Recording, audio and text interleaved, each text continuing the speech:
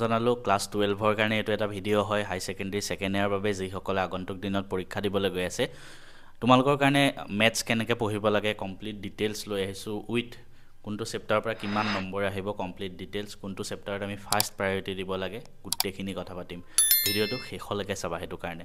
মোৰ ভিডিঅ' কিয় চাব লাগে মই সদায় কওঁ আজিও কৈছো কাৰণ মেথছত মই নিজেও হাই সেকেন্ডাৰীত অসমৰ ভিতৰত হাইয়েষ্ট মাৰ্কছ পাইছিলো 2017 চনৰ হাই সেকেন্ডাৰী ফাইনেল এক্সামত 99 পাইছিলো আমাৰ বাৰত 99 হাইয়েষ্ট মাৰ্ক আছিল ইয়াৰ পৰি মই 94% পাবলৈ সক্ষম হৈছিলো হাই সেকেন্ডাৰী পৰীক্ষাত তাৰ পৰি ফাৰ্ষ্ট এটেম্পটতে JEE মেইনছ ক্ৰেক কৰি NIT শিলচৰৰ পৰা মই বিটেক কৰিছিলো এতিয়া এই যোনটো মেথছৰ কথা আমি পাতিবলৈ গৈ আছো পোনপ্ৰথমে মই ধুনিয়াকৈ সিলেবাসখন উলিয়াই লৈ কোনটো চেপ্টাৰৰ পৰা কিমান নম্বৰ আহে মই উলিয়াই লৈছো ঠিক আছে তো মই চেপ্টাৰ ওয়াইজ কথাখিনি পাতিম আৰু এটা আটাইতকৈ ডাঙৰ কথা যে আমাৰ মেথছৰ ষ্টুডেন্ট সকলে ভয় খাই ক্যালকুলাস পাৰ্টত ডিফাৰেন্সিয়েচন ইন্টিগ্ৰেশনৰ 3টা 4টা মান চেপ্টাৰ আছে হেকেটা হিহঁতে বহুত ভয় খায়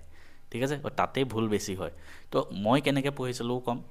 পৰীক্ষালে যেহেতু 3 মাহ সময় আছে তাৰ পিছত আমি চেপ্টাৰ ওয়াইজ কথা পাতিম চেপ্টাৰ ওয়াইজ ধুনিয়াকৈ কথা পাতিম এতিয়া ঠিক আছে কোনটো চেপ্টাৰ ফাৰ্ষ্ট প্ৰায়োৰিটি দিব লাগে মই আগত কম সেই হিচাপত তোমালোকে নিজৰ প্লেনটো বনাব পাৰিবা এতিয়া মই তোমালোকক স্ক্ৰিনতো লগাই দিম পাৰিলে যদি মই চাও ইউনিট ওয়াইজ ডিস্ট্ৰিবিউশন সোৱা একবাৰ মই কৈ দিছো ৰিলেশন এণ্ড ফাংচন যোনটো ইউনিট আছে তাৰ পৰা আহিব 8 নম্বৰ ঠিক আছে তাতে তোমাৰ সময় থাকিব ৰিলেশন ফাংচন চেপ্টাৰটো আৰু ট্ৰিগোনোমেট্ৰিক ফাংচন চেপ্টাৰটো তাৰপিছত এলজেব্ৰাত মেট্ৰিক্স আৰু ডিটাৰমিনেন্ট দুটা চেপ্টাৰ থাকিব তাৰ পৰা আহিব 14 নম্বৰ ক্যালকুলাসৰ পৰা সবতকে বেছি আহিব 44 মাৰ্কস ক্যালকুলাস এৰি দিলে তোমালোকে মেথছত ভাল মাৰ্কস এনেও নোপোৱা তাৰ পিছত আহিব ভেক্টৰ আৰু 3D দুটা চেপ্টাৰৰ পৰা আহিব 20 নম্বৰ বহুত ডাঙৰ নম্বৰ হয় তাৰ পিছত আহিব লিনিয়াৰ প্ৰগ্ৰামিং 6 নম্বৰ আৰু প্ৰবাবিলিটি 8 নম্বৰ এই হিচাপত আমাৰ ডিস্ট্ৰিবিউশনটো কৰা আছে এটা আমি কোনটো আগত প্ৰায়োৰিটি দিম ঠিক আছে আমি সেই হিচাপত পঢ়িব লাগে মই তোমালোকক ইমানে কম ফাৰ্ষ্ট প্ৰায়োৰিটি তোমালোকে দিয়া ৰিলেশন ফাংচন চেপ্টাৰটো প্ৰথমপা ঠিক আছে ৰিলেশন ফাংচনৰ পৰা 8 নম্বৰ আহিব আৰু ৰিলেশন ফাংচনত দুটা পাৰ্ট দুটা চেপ্টাৰ আছে তাৰ পৰা 4 নম্বৰকে আহিব ৰিলেশন ফাংচন আৰু ইনভাৰ্স ট্ৰিগোনোমেট্ৰিক ফাংচন এই দুটা চেপ্টাৰৰ পৰা 4 কে তোমালোকৰ আহিব এতিয়া এই দুটা পঢ়িব লাগিব কেনেকৈ পঢ়িম সোৱা বোৰ্ডত NCERT বাহিৰত বেছি নাহে ঠিক আছে তো ফাৰ্স্ট অফ অল তোমালোকে NCERT যিকেটা টপিক আছে যিখিনি NCERT কিতাপত আছে ঠিক আছে ৰেফাৰেন্স নহয় NCERT সেইখিনি তুমি বুজি লোৱা বুজিবৰ কাৰণে তুমি ইউটিউব ভিডিও চাব পাৰা নহলে RD শৰ্মা ৰেফাৰেন্সৰ পৰা চাব পাৰা তাৰপিছত সেই টপিক কেটা তুমি কোৱেশ্চন সলভ কৰা কৰ পৰা কৰিবা তোমালোকে কৰিবা NCERT এক্সাৰসাইজত যিমানখিনি কোৱেশ্চন আছে এক্সাম্পলত যিমানখিনি আছে সেইখিনি কৰিবা মিসেলেনিয়াস খিনি নাচালেও হল তাৰ পৰা নাহে ইমান ঠিক আছে তো তেনেকৈ তোমালোকে প্ৰেক্টিস কৰা তাৰ উপৰি তোমালোকে প্ৰিভিয়াস ইয়াৰ কোৱেশ্চন প্ৰেক্টিস কৰা PYQ কোড পাবা মই আমাৰ মেথছ এণ্ড ফিজিক্স সাব এপত তোমালোকে ফ্ৰী মেটেৰিয়েল সেকশনত গলে HS ৰ কাৰণে প্ৰিভিয়াস ইয়াৰ পেপাৰ থাকিব প্ৰিভিয়াস ইয়াৰ পেপাৰ ফোল্ডাৰত যাবা তাতে হাই সেকেন্ডাৰীত কাৰণে পাই যাবা মেথছৰ 5 বছৰ মানৰ চালে হল ঠিক আছে তো এখিনি হিচাপত তোমালোকে চাব পাৰিবা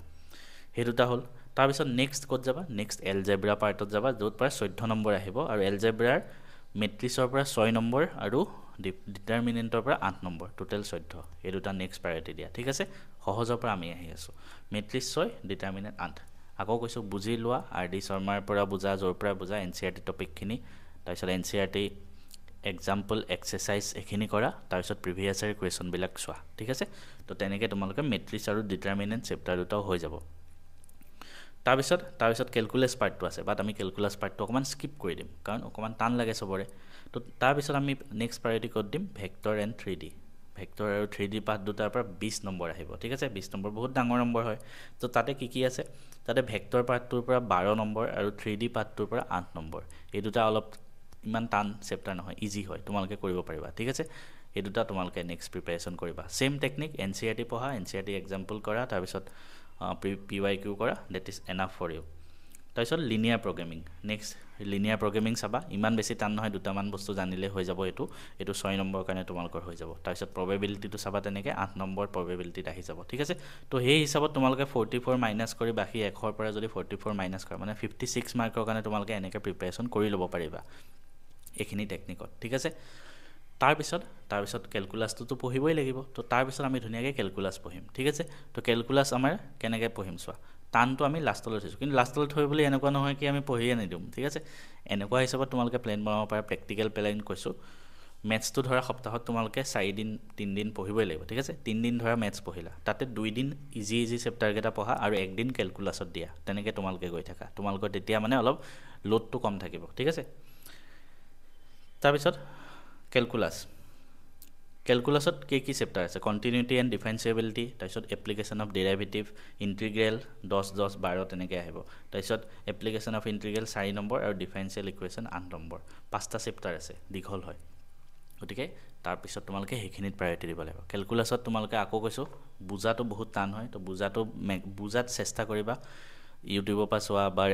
ৰেফাৰেন্স চোৱা য'ৰ পৰাই নহয় বুজি পেলাই এনচিইআৰটিৰ এভৰিথিং প্ৰেক্টিছ কৰা তাৰপিছত প্ৰিভিয়াছ ইয়াৰ কুৱেশ্যন কেনেকুৱা আহিছে সেইবিলাক চোৱা ঠিক আছে তো তেনেকৈ তোমালোকে প্ৰেক্টিছ কৰি যোৱা মই যদি এটা প্ৰেক্টিকেল প্লেন কওঁ তোমালোকে ৰিলেশ্যন ফাংচনৰ দুটা চেপ্টাৰ এতিয়া পৰা 3 মাহ আছে ঠিক আছে ৰিলেশ্যন ফাংচনৰ দুটা চেপ্টাৰ তোমালোকে সপ্তাহত দুদিনকেও যদি পঢ়া 4 দিন 5 দিনত খতম কৰিব লাগিব 5 দিনত ৰিলেশ্যন ফাংচন খতম এলজেব্ৰাৰ দুটা চেপ্টাৰ তেনেকৈ 5 দিনত টাৰ্গেট কৰা খতম কৰিব লাগে ঠিক আছে 10 দিন হ'ল তাৰ পিছত ভেক্টৰ এণ্ড 3D হেতু 5 দিনত খতম কৰিব চেষ্টা কৰা 15 দিন লিনিয়াৰ প্ৰগ্ৰামিং 3 দিন প্ৰবেবিলিটি 3 দিন ধৰা ঠিক আছে 15 হ'ল 6 21 দিন সপ্তাহত যদি তুমি ধৰা দুদিনকেও টাইম দিয়া 10টা সপ্তাহ লাগি যাব ঠিক আছে আঢ়ৈ মাহ তেনেকৈ গুচি যাব তাৰ পিছত তুমি সময় নাপাবা বাকিখিনিৰ কাৰণে গতিকে কি কৰিব লাগিব এই সপ্তাহত আৰু এক্সট্ৰা এদিন দুদিন তোমালোকে ডেইলি ক্যালকুলাস কৰিব লাগিব অকল ক্যালকুলাস হেতু টাইমত ঠিক আছে সেই দিনটোত তেনেকৈ তোমালোকে প্লেন বিলাক কৰিব পাৰা মই আকৌ কৈ দিছো সপ্তাহত দুদিন ইজি বিলাক কৰি যোৱা নেক্সট এটা দিন সপ্তাহত ৰিজাৰ্ভ ৰাখা মেথছত য'ত তোমালোকে ক্যালকুলাসৰ চেপ্টাৰ কেটা কৰিবা তেতিয়া তোমালোকৰ 2 মাহ টাৰ্গেট কৰা যে মেথছখিনি আমি খতম কৰি দিম ঠিক আছে ময়ো তেনেকৈ পঢ়িছিলো ক্যালকুলাস আমাৰো টান লাগে খালি ক্যালকুলাসৰ কাৰণে তুমি ইজি কুৱেশ্যন প্ৰেক্টিছ কৰি নাথাকিবা মানে কিতাপত যিখিনি আছে সব কৰিবা এটো যে টান হয় এটো বাদ দিম তেনেকুৱা নহয় সেই টানটোৱে যদি পৰীক্ষাত আহি যায় তেতিয়া কি কৰিবা ঠিক আছে আৰু বহুত ষ্টুডেন্ট এনেকুৱা দেখিছো আৰডি শৰ্মা কৰি আছে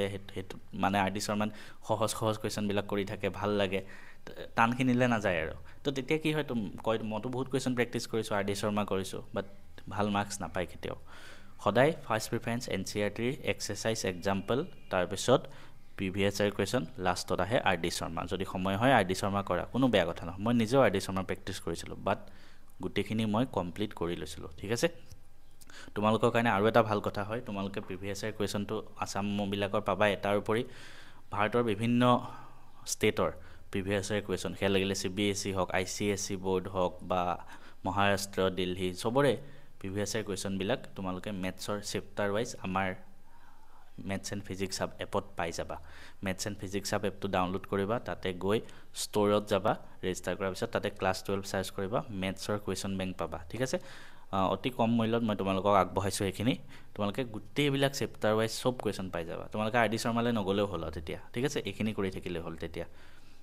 এনচিইআৰটি তাৰপিছত প্ৰিভিয়াছ ইয়াৰ কুৱেশ্যন মোৰ কুৱেশ্যন বেংকখিনিৰ পৰা কৰি থাকিলে হ'ল আসামখিনিতো মই ফ্ৰীতে দি দিম কিন্তু তাতো চেপ্টাৰ ওয়াইজ নাথাকিব ন গোটেইখিনি এখন পেপাৰতে থাকিব তো চেপ্টাৰ ওয়াইজ ধুনীয়াকৈ আসামৰ বেলেগ ষ্টেটৰ তুমি